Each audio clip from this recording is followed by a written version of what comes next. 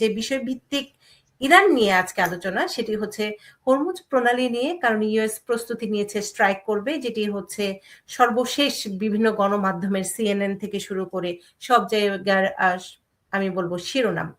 আপনার কাছে আমি একটু জানতে চাই, এই প্রণালীটি কেন গুরুত্বপূর্ণ? এটি নিয়ে আমরা যদিও আলোচনা করেছি, তারপরে যেহেতু আজকে এই প্রণালীটি নিয়ে আলোচনা করব, কেন গুরুত্বপূর্ণ এবং কেন আমেরিকা নিয়ন্ত্রণ নিতে চায়? ধন্যবাদ। উত্তরটা খুব সোজা। এই প্রণালী দিয়ে বিশ্বের 20 থেকে 22% তেল এবং অন্যান্য পণ্য প্রবাহিত হয়ে থাকে। এই পথ ধরে মূলত ইউরোপে যায়, আফ্রিকা যায় এবং আমাদের এশিয়াতে যায়, চীনে যায়। মনে করা যাক চীনের প্রায় অধিকাংশ তেলই যায় এই হরমুজ প্রণালী দিয়ে। ফলে এই যদি প্রণালীটা বন্ধ হয়ে যায়, অর্থাৎ এর নেভিগেশনটা যদি কোনোভাবে ব্লকড হয়ে পড়ে, তাহলে বিশ্বের 1/5 20%, 22% বলা হচ্ছে এখন, 22% সরবরাহ, মোস্ট ইম্পর্টেন্টলি তেল এবং গ্যাস বন্ধ হয়ে যাবে। এবং ফলটা কি দাঁড়াবে? দেখো বাংলাদেশে কি হচ্ছে, তেলের হাহাকার। নেই কেন? তেল আসছে না।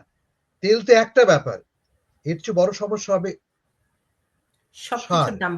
সার, ফার্টিলাইজার। আমরা ফার্টিলাইজার মূলত আনি হয় ইউক্রেন থেকে, রাশিয়া থেকে, অথবা মধ্যপ্রাচ্যের, বিশেষ করে এই ইউএই থেকে। ইউএই বিশ্বের প্রধান গ্যাস উৎপাদক, লিকুইড গ্যাস এলএনজি যেটাকে বলি আমরা, তার উৎপাদক এবং রপ্তানিকারী। আর সেটা হচ্ছে গিয়ে আমাদের ফার্টিলাইজারের প্রধান উপকরণ। শুধু আমাদের নয়, আফ্রিকার অধিকাংশ দেশে ডিপেন্ড করে এই ফার্টিলাইজারের উপরে, যা কিনা এই মধ্যপ্রাচ্য হয়ে পৌঁছয়। এখন শুরু হয়েছে নতুন সিজন, শস্য বোনার সিজন শুরু হয়েছে আফ্রিকাতে, আমাদের দেশও। অথচ ফার্টিলাইজার নেই, তেল নেই, ফলে সেচের ব্যবস্থা করা যাচ্ছে না। সেচ না হলে ফসল ভালো হবে না। ফলে আগামী মৌসুমে বিপদ হবে। এই মৌসুম আমরা কাটিয়ে দিয়েছি আমরা। সবচেয়ে বড় বিপদ হবে যদি আগামীকাল খুলেও দেওয়া হয় হরমুজ, খুলেও দেওয়া হলো আগামীকাল হরমুজ প্রণালী, তেল সরবরাহ হচ্ছেও, তারপরেও কিন্তু আগামী বছরের শস্য উৎপাদন ব্যাহত হবে এবং এর ফলে বিশ্বজুড়ে দুর্ভিক্ষ দেখা দিতে পারে। বিশ্ব খাদ্য সংস্থা অলরেডি তাদের সতর্কতা জানিয়েছে, বলেছে যে যদি ইমিডিয়েটলি ব্যবস্থা না নেওয়া হয়, আগামী বছরে কিন্তু আমরা বড় রকমের বিশ্বজুড়ে, বিশেষ করে আফ্রিকায়, আমরা খাদ্যাভাব দেখব। আমেরিকার নিয়ন্ত্রণ নেওয়া কি সম্ভব? আমেরিকা কি সফল হবে? প্রথমত, আমেরিকা এই হরমুজ থেকে 8,000 মাইল দূরে। 8,000 মাইল দূরে থেকে যে কোনো কিছু নিয়ন্ত্রণ করা খুব ইম্পসিবল নয়। আমেরিকার অনেক রিসোর্স আছে, অনেক ক্ষমতা আছে, জাহাজ পাতি আছে, বন্দুক আছে, বোমা আছে। আমেরিকা অনেক কিছু করতে পারে, কিন্তু ব্যয় তো আছে। এর ব্যয় কত জানো? প্রতিদিন আমরা এখন যুদ্ধ চালাচ্ছি, আমরা প্রতিদিন আমাদের ব্যয় $1 বিলিয়ন। ইনফ্যাক্ট আরো বেশি হয়তো হবে, কমিয়ে বলা হচ্ছে $1 বিলিয়ন। বিশেষ করে যখন যুদ্ধ হয়, এখন হয়তো একটু কমেছে, যুদ্ধ হচ্ছে না বলে। কিন্তু ফলে আমেরিকা কতদিন এই যুদ্ধ চালাবে, কতদিন এই ব্যয় বহন করবে? আমেরিকার তো টাকশালে টাকা কারোই টাকশাল অফুরন্ত নয়। আমরা ইকোনমিক ক্রাইসিসের মধ্যে পড়েছি, আমাদের ইনফ্লেশন বাড়ছে, আমাদের সব জিনিসপত্রের দাম বেড়ে যাচ্ছে, মূলত যুদ্ধের কারণেই। যদি হরমুজ প্রণালী উন্মুক্ত না হয়, ধরা যাক আমেরিকা এটাকে নিয়ন্ত্রণ ভার নিল, তার মানে কি এই যে বিশ্বের বিভিন্ন তেল কোম্পানিগুলি তাদের জাহাজ যেখানে অ্যালাউ করবে যাওয়ার জন্য, তা তো না। কারণ একটা ছোট্ট মাইন, যে মাইন চীন বলছি কেন, ইরান এখন পুঁতছে, যে কোনো ছোট্ট একটা মাইন তোমার জাহাজে ক্ষতিগ্রস্ত করতে পারে। এবং ক্ষতিগ্রস্ত করলে ইন্স্যুরেন্স বহন করবে কে? মূল সমস্যা হচ্ছে এখানে, জাহাজটাই পাঠাতে পারি আমি, কিন্তু যদি আমার জাহাজে ইনশিওর্ড না হয়, যদি কোনো কারণে আমার জাহাজ ক্ষতিগ্রস্ত হয়, এই খরচ কে বহন করবে? একটা জাহাজের পেছনে থাকে কয়েক $1 মিলিয়ন তেল। তো এটা হচ্ছে মূল সমস্যা। আমেরিকা যেটা করেছে এখন, আমেরিকা এটাকে ব্লকেট করেছে। তার মানে এটা কি? ইরান থেকে হরমুজ প্রণালী হয়ে কোনো জাহাজ যেতে পারবে না। মূল লক্ষ্যটা কি ছিল? হরমুজকে উন্মুক্ত করে দেওয়া, যাতে করে সব জাহাজ যেতে পারে। আমেরিকা কি করলো? রাস্তাটা বন্ধ করে দিল। যে জাহাজ যেতে পারতো, সেই জাহাজ যেতে পারছে না। কারণটা কি? আর আর্গুমেন্টটা ইন্টারেস্টিং আর্গুমেন্ট, যে আমরা ইরানের অর্থনীতিকে গলা চিপে মেরে ফেলবো। সামরিক ভাবে তো পারলাম না, ইরানের আমরা তো কম ক্ষতি করিনি। প্রায় আমরা বলছি 13,000 মানে আমেরিকা এবং ইসরায়েল মিলে 13,000 মিলিটারি অবজেক্টস কে, প্রবাবলি সিভিলিয়ান অবজেক্টস এর মধ্যে আছে, যে আমরা ধ্বংস করেছি। কিন্তু ইরান তো কাত হয়নি, ইরান তো শক্ত হয়ে আছে। ইরানের মানুষ তো পতাকা নিচ সমবেত হয়েছে। ইরানের সরকার তো পড়ে যায়নি, বিভক্ত হয়েছে, দুর্বল হয়েছে, কোনো সন্দেহ নেই। ইরানের অর্থনীতি খুবই নাজুক অবস্থায় আছে, কিন্তু পড়ে তো যায়নি, ইরানের রেজিম তো চেঞ্জ হয়নি, বিদ্রোহ তো হয়নি। ফলে এত কিছু করার পরও কিছু হলো না। এখন আমি যদি ব্লকেড দেই, আমার এটা কি মনে হয় যে এরপরে ইরান ব্লকেডের ভয়ে তারা আলোচনা টেবিলে ছুটে আসবে? তা তো মনে হয় না আমার কাছে। ফলে এই পলিসিটা কতটা যুক্তিসঙ্গত আমার কাছে কিন্তু খুব স্পষ্ট নয়। তবে এই পলিসিটা নেবার কথা কিন্তু আগেও বলা হয়েছিল। ইরানকে কাবু করার একটা পথ হচ্ছে ইরানের ইকোনমিটাকে স্ট্র্যাঙ্গল করা, তার গলা টিপে মেরে ফেলা। কারণ মূল লক্ষ্যটা কি? আমেরিকার এবং ইসরায়েলের মূল লক্ষ্য হচ্ছে এই বিদ্রোহটা ভূমি থেকে উঠবে। যখন ইকোনমিক ক্রাইসিসে চূড়ান্ত আকার ধারণ করে তখন কি হয়? মানুষ যখন অসহ্য হয়ে পড়ে, যখন তার পিঠ দেয়ালে ঠেকে যায়, তখন তারা কি করে? বিদ্রোহ করে। আমরা কি বলি? বিদ্রোহ কখন হয়? বিপ্লব কখন হয়? যখন সরকার পারে না চালাতে আর জনগণ পারে না গ্রহণ করতে। সেই অবস্থা একটা হতে পারে তো। যদি এই অবস্থা দীর্ঘদিন ধরে চলে, যেমন ধরো এখন ইরানে কোনো রকমের খাদ্য শস্য আমদানি হচ্ছে না এক্সেপ্ট স্থলপথে। স্থলপথ দিয়ে 9 কোটি মানুষের খাদ্য তুমি কতদিনে, স্থলপথ মানে যুদ্ধ চলছে, যুদ্ধ চলাকালীন অবস্থায় স্থলপথ দিয়ে কয়েকটি পয়েন্টস আছে মনে করা যাক, সেন্ট্রাল এশিয়া থেকে আসতে পারে, আফগানিস্তান হয়ে আসতে পারে, পাকিস্তান হয়ে আসতে পারে, এই তো পথ। আর বাকি সবই তো নদী, সমুদ্র পথ। সব সমুদ্র পথ বন্ধ। এই 3টি বা 4টি প্রধান স্থলপথ দিয়ে যদি আমরা আশা করি, ইরাকও আছে, ইরানের সমস্ত খাদ্য সমস্যা মিটে যাবে, তা কিন্তু is too much two expect. ফলে সংকট ইরানেরও আছে। ইরান এখন গো ধরে বসে আছে বটে, কিন্তু এই গোটা কতদিন ধরে রাখতে পারবে আমরা জানি না। আমেরিকার তো রিসোর্সের অভাব নেই, আমেরিকার সমস্যা অন্যত্র, পলিটিক্যাল।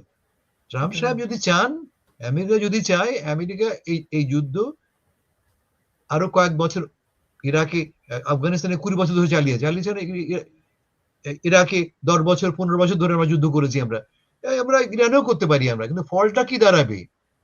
কয়েক ট্রিলিয়ন ডলার আমরা ব্যয় করব, সেই ব্যয় করার ফলটা কি দাঁড়াবে? আমার যে বেসিক নিডস তাই তো মিটে করতে পারছি না আমরা। আমাদের যে বাজেট ক্রাইসিস এখন হয়েছে, আমরা একের পর এক দেখতে পাচ্ছি কি আমাদের যে বেসিক সামাজিক কল্যাণ কর্মসূচি তা বিঘ্নিত হচ্ছে। এই নিউ ইয়র্ক শহরে প্রায় 30 মিলিয়ন লোকের, 3 লক্ষ মানুষের মেডিকেয়ার মেডিকেড বাদ হয়ে যাচ্ছে। পয়সা নেই, পয়সা দিতে পারছে না গভর্নমেন্ট। পয়সা যাচ্ছে কোথায়? যুদ্ধ খাতে। প্রেসিডেন্ট ডোনাল্ড ট্রাম্প সাহেব $1.5 ট্রিলিয়ন চেয়েছেন আগামী বছরের ডিফেন্স বাজেটে। এই যুদ্ধ চালানোর জন্য তিনি $200 বিলিয়ন অতিরিক্ত দাবি করেছেন কংগ্রেসের কাছ থেকে। $200 বিলিয়ন অতিরিক্ত। এই $200 বিলিয়ন দিয়ে আমেরিকার ক্ষুধা মেটানো যেত। আমেরিকায় স্কুল সংকট আছে, সে মেটাতে পারতাম আমরা। আমরা অসংখ্য গ্রামীণ এলাকায় মেডিকেল সেন্টার চালু করতে পারতাম। তা না করে কি করছি আমরা? যুদ্ধ করছি ইরানে। কেন? ওয়াই? ইরানকে আমাদের জন্য ইমিডিয়েট থ্রেট ছিল? ইরানকে আমাকে ইমিডিয়েটলি ইরানের তো আমরা 6 মাস আগে যুদ্ধ করেছি, জুন মাসে যুদ্ধ করে আমরা ইরানের পারমাণবিক অস্ত্র নিঃশেষ করে ফেলেছি বলে আমাদের প্রেসিডেন্ট সাহেব দাবি করেছেন, একবার নয় একাধিকবার। তাহলে ভয় কিসে ইরানকে নিয়ে? কেন? উত্তর তো আমরা জানি। আমরা উত্তরটা হচ্ছে এই যে এই যুদ্ধে গেছি আমরা মূলত ইসরায়েলের চাপাচাপিতে। নেতানিয়াহু সাহেব এসছিলেন জানুয়ারি মাসের মাঝামাঝি হোয়াইট হাউসে। সিচুয়েশন রুমে তিনি এবং তার সহকারীরা প্রেসিডেন্ট ট্রাম্পকে এবং ক্যাবিনেটের অন্যান্য মেম্বারদের সামনে একটা 2.5 ঘন্টার প্রেজেন্টেশন দেয়, ভিডিও এবং অন্যান্য ছবি দেখিয়ে। কি বলছে? যে এখন ইরান সবচেয়ে দুর্বল অবস্থায় আছে, উইকেস্ট পয়েন্ট ইন হিস্ট্রি, এখনই সময় আক্রমণ করবার। ট্রাম্প সাহেব রাজি হননি প্রথমে। ট্রাম্পের প্রত্যেকটি ক্যাবিনেট মেম্বার, সিআইএর প্রধান জেডি ভ্যান্স বলছে এটা বাজে, এটা ফালতু প্রস্তাব। একমাত্র পিগ হেডসেট আমার যুদ্ধমন্ত্রী রাজি হয়েছেন, বাকি সবাই আপত্তি করেছেন। গেলাম কেন আমরা? উত্তর দিচ্ছেন কে? আমাদের পররাষ্ট্রমন্ত্রী মার্কো রুবিও। তিনি বলছেন যে আমরা যদি না যেতাম, যদি আমেরিকা না যেত, আমাদের আগে চলে যেত ইসরায়েল, এবং ইসরায়েল যদি আক্রমণ করতো তার জবাবে ইরান আমাদের সামরিক স্থাপনা আক্রমণ করতো, যা তারা করেছে আলটিমেটলি। ফলে ইসরায়েলের পিছু আমাকে যেতে হয়েছে ইসরায়েলের স্বার্থকে রক্ষা করবার জন্য। দেশটাকে আমি যারা ইসরায়েলের জন্য না আমার জন্য, এই প্রশ্নটা আমাদের এখন করতে হবে। স্ট্র্যাটেজিক টাইম যে বিষয়টি আমি আরেকটি বিষয় একটু জেনে নিতে চাই আপনার কাছ থেকে। মূলত আজকের যে খবরগুলো এসেছে সেই প্রেক্ষাপটেই আপনার কাছ থেকে জেনে নিতে চাই। সেটি হচ্ছে প্রেসিডেন্ট সাহেব বলেছেন লেবাননের তিনি এক্সটেন্ডেড করেছেন সিজফায়ার ৩ সপ্তাহ। কিন্তু ইরান ইস্যুতে তিনি বলেছেন তিনি কোনো টাইমলাইন দিতে চান না। এই যুদ্ধ তিনি কবে থামাবেন এবং তিনি বলেছেন ডোন্ট রাশ মি। তো আসলে এই যুদ্ধটির কবে নাগাদ চলতে এটা পারে? একটা গলার ফাঁস হয়ে দাঁড়িয়েছে প্রেসিডেন্ট ট্রাম্প সাহেবের জন্য। ট্রাম্প সাহেব কি বলেছিলেন? 4 থেকে 6 সপ্তাহ। আজকে কিন্তু 7 সপ্তাহ 5 দিন, অলমোস্ট 8 সপ্তাহ আমরা যুদ্ধ চালাচ্ছি আমরা। উনি আমাদের বলে 4 to 6 উইকস ম্যাক্সিমাম, বারবার আমাদের বলেছেন। কারণ উনি বরাবরই কিন্তু ফরএভার ওয়ারের বিপক্ষে। অনন্তকাল যুদ্ধ চলবে আফগানিস্তানে, অনন্তকাল যুদ্ধ চলবে ইরাকে, লিবিয়াতে, আমি তার বিরুদ্ধে উনি বলেছেন। এবং তিনি খুব শক্তভাবে ইরান যুদ্ধের বিরুদ্ধে দাঁড়িয়েছিলেন, শক্তভাবে আফগান যুদ্ধের বিরুদ্ধে দাঁড়িয়েছিলেন। সেই তিনিই কিনা একটা সম্পূর্ণ অপ্রয়োজনীয় যুদ্ধ শুরু করলেন, এখন শেষ করতে পারছেন না। উনি কি ভেবেছিলেন 2 দিন লাগবে, 4 দিন 7 দিন, তর্জন 4 সপ্তাহ। কারণ ঠিক আগে আগে তিনি মাদুরোকে ধরে নিয়েছেন ভেনেজুয়েলা থেকে। উনি ভেবেছিলেন যে মূল লক্ষ্য হচ্ছে ইরানের বর্তমান সরকারকে উৎখাত করা। উৎখাত করলে নতুন সরকার আসবে, প্রবাবলি তার নেতৃত্বে থাকবে কে? রেজা শাহ পাহলভির ছেলে রেজা পাহলভি। সেরকম একটা প্রস্তুতি ছিল। ইসরায়েল তাকে বুঝিয়েছিল, তা তো হয়নি। এখন এই অবস্থায় তাকে ফিরতে হবে একটা জয় নিয়ে। He must come back with a victory. President Trump যদি ফিরে আসেন এবং তিনি যদি বলেন আমি হেরে গেছি, that will be disaster politically, তার জন্য, আমেরিকার জন্য। আমেরিকা তো পরাজিত হতে পারে না। ফলে তাকে একটা বাহানা লাগবে, একটা দেখাতে হবে যে আমি জিতে এসেছি। উনি মুখে কিন্তু বলেছেন আমি জিতেছি, একবার নয়। ইরানের সামরিক বাহিনী শেষ, ইরানের নেভি শেষ, ইরানের এয়ারফোর্স শেষ, উনি বলেছেন তো সবকিছু শেষ। ফলে উনি অনায়াসেই কিন্তু আগামীকাল বলতে পারেন ওয়েল আমি তো জিতে গেছি, আমার দরকার নেই কি বলে আমার সৈন্য সামন্ত সেখানে বসিয়ে রাখার। ইরান কি করবে ইরানের ব্যাপার, but I have done my job, আমার মিশন কমপ্লিট, আমি ফিরে আসতে পারি। তা তিনি করছেন না, কারণ মিশন তো কমপ্লিট নয়, কারণ ইরান রাজি হচ্ছে না। ইরানকে তো চুক্তিতে আসতে হবে, আমার সাথে এগ্রিমেন্টে আসতে হবে।